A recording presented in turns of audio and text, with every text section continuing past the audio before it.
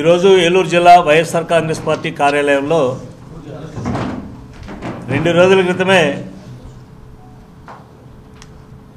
మాజీ మంత్రి, ఒక బీసీ నేత, ఒక మహిళా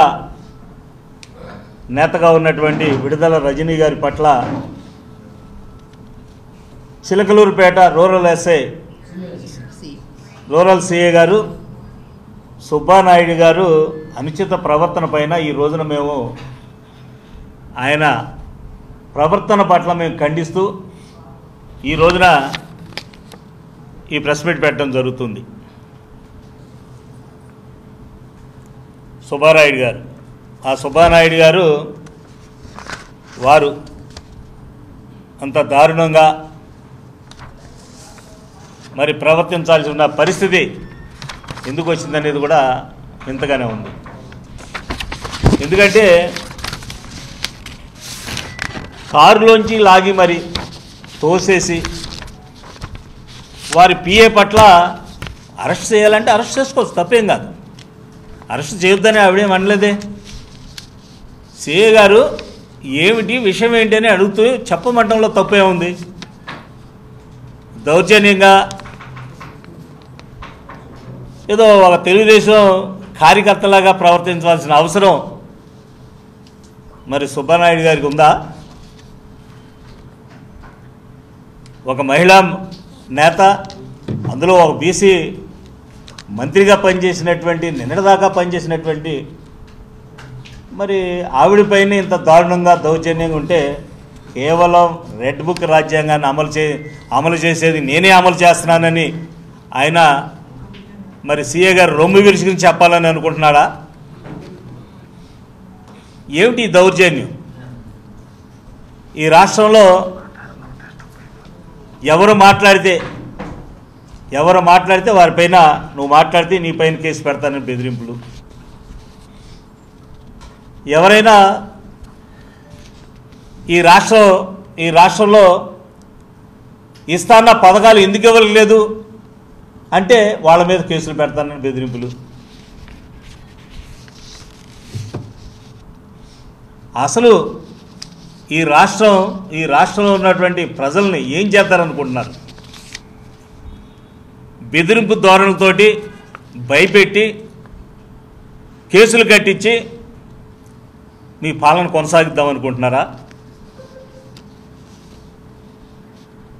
పోలీసు వారు ఎక్కడైనా సరే ఏ ప్రభుత్వం అంటే ఆ ప్రభుత్వం తరఫున కాస్త అటు ఇటుగా పనిచేయటం అనేది వాస్తవాలే.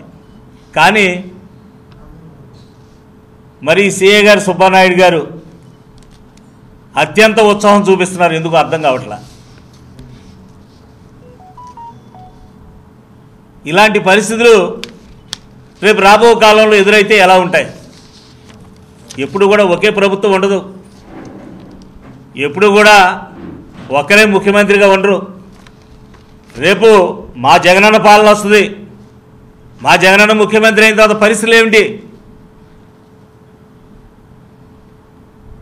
ఈ సిఐ సుబ్బానాయుడు గారు ఆలోచన చేసుకోవాలా. ఏంటి ఆ దౌర్జన్యం ఏంటి, దుర్మార్గం ఏంటి? ఒక మహిళా మంత్రి, మాజీ మహిళా మంత్రి ఏమిటి చెప్పండి సిఏ గారు, ఏమిటి చెప్పండి సిఏ గారు అని గౌరవంగా మాట్లాడుతుంటే కారులోంచి లాగేయటం, తోసేయటం, డోర్లతో తోసేయటం, ఇంత దుర్మార్గమైనటువంటి సిఏ నేనైతే ఎక్కడ చూడలా ఈ మధ్యకాలంలో. వీటన్నిటిపైన కూడా రేపు భవిష్యత్తులో ఇవన్నిటి కూడా ప్రతి చర్యలు ఉంటాయి. ప్రజలు చూస్తున్నారు. కేవలం ఒక మహిళా బీసీ మంత్రి ఆవిడ పైన కూడా ఇంత దౌర్జన్యాలు చేస్తున్నారంటే మీకు అలవాటు అయిపోయింది. ఈ ప్రభుత్వంలో మీలాంటి వాళ్ళని, ఈ సుబ్బానాయుడు గారు లాంటివి సీఎల్ని కొంతమందిని ఎంపిక చేసుకుని రెడ్ బుక్ రాజ్యాంగాన్ని అమలు చేయడానికి ఈ ప్రభుత్వం ఆరాటపడిపోతుంది. ఇది ఎంతో కాలం ఉండదు, ప్రజలు గ్రహిస్తున్నారు. రేపు రాబో కాలం ఈ తప్పిదాలన్నిట్లు కూడా ఈ తప్పిదాలన్నింటినీ కూడా మీరు రేపొద్దున మీ అందరికీ కూడా తప్పని పరిస్థితిగా జవాబు చెప్పే రోజు వస్తుంది. ఇలాంటి చర్యలు దుశ్చర్యలు మానుకోవాలని కూడా మేము హితవు పలుకుతున్నాం.